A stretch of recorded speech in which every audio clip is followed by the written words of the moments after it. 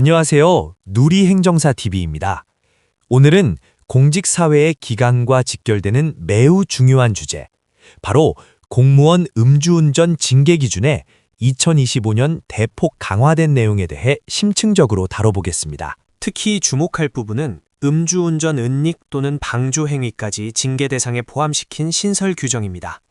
이 변화가 공무원들에게 어떤 실질적인 영향을 미치는지, 그리고 소청심사에서는 어떤 쟁점이 발생하는지 전문가와 의료인분들과 함께 이야기 나눠보겠습니다.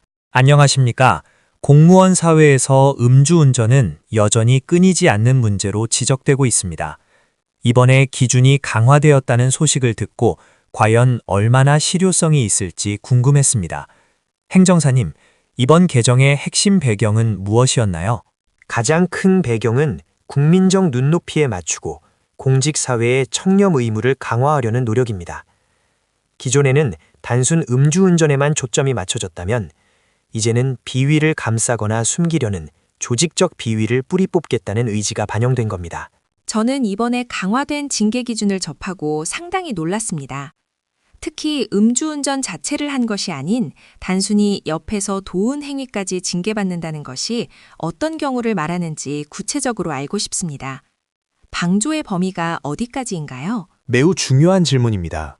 신설된 기준에 따르면 음주운전을 지시하거나 음주 사실을 알고도 차량 열쇠를 제공하는 행위는 물론 사고 후 증거인멸을 시도하거나 허위 진술을 하도록 유도하는 모든 행위가 음주운전 방조로 간주됩니다. 만약 동료 공무원이 음주운전을 한 뒤 잠시 차를 숨겨주겠다거나 목격자에게 비밀로 해달라고 부탁하는 행위 역시 명백한 징계 대상입니다.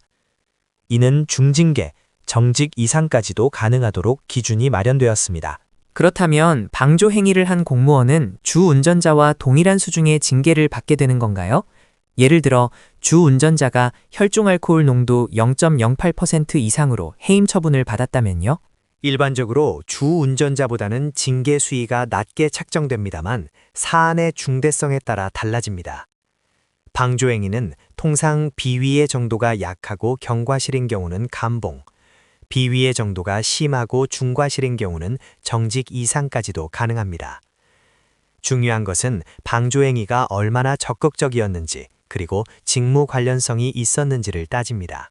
주변 공무원들이 자칫 선의로 도왔다가 큰 불이익을 당할 수도 있겠네요. 정말 조심해야겠습니다.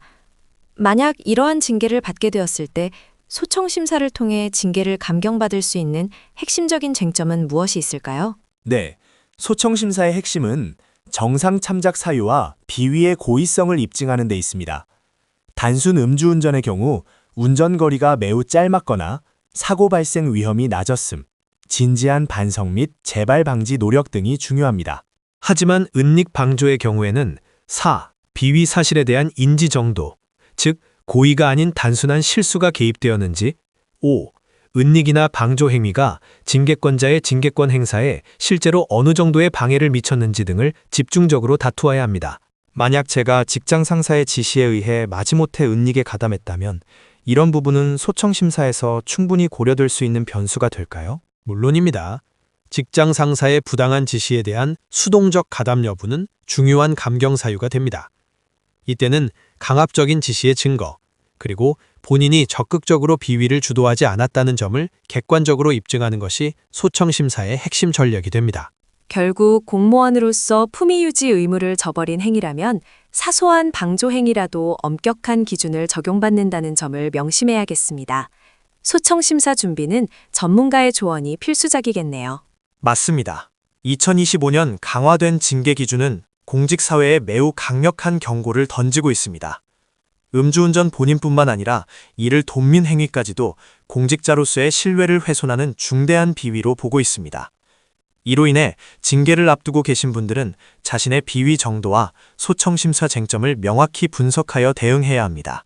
법적 근거를 바탕으로 징계 양정의 부당함을 주장하고 합리적인 감경 사유를 제시하는 것이 소청심사의 성공 열쇠입니다. 복잡하고 민감한 사안인 만큼 반드시 행정 전문가와 상의하시길 바랍니다. 오늘 저희 누리행정사TV에서 준비한 내용은 여기까지입니다. 다음에도 유익하고 정확한 정보로 찾아뵙겠습니다. 구독과 좋아요는 큰 힘이 됩니다. 감사합니다.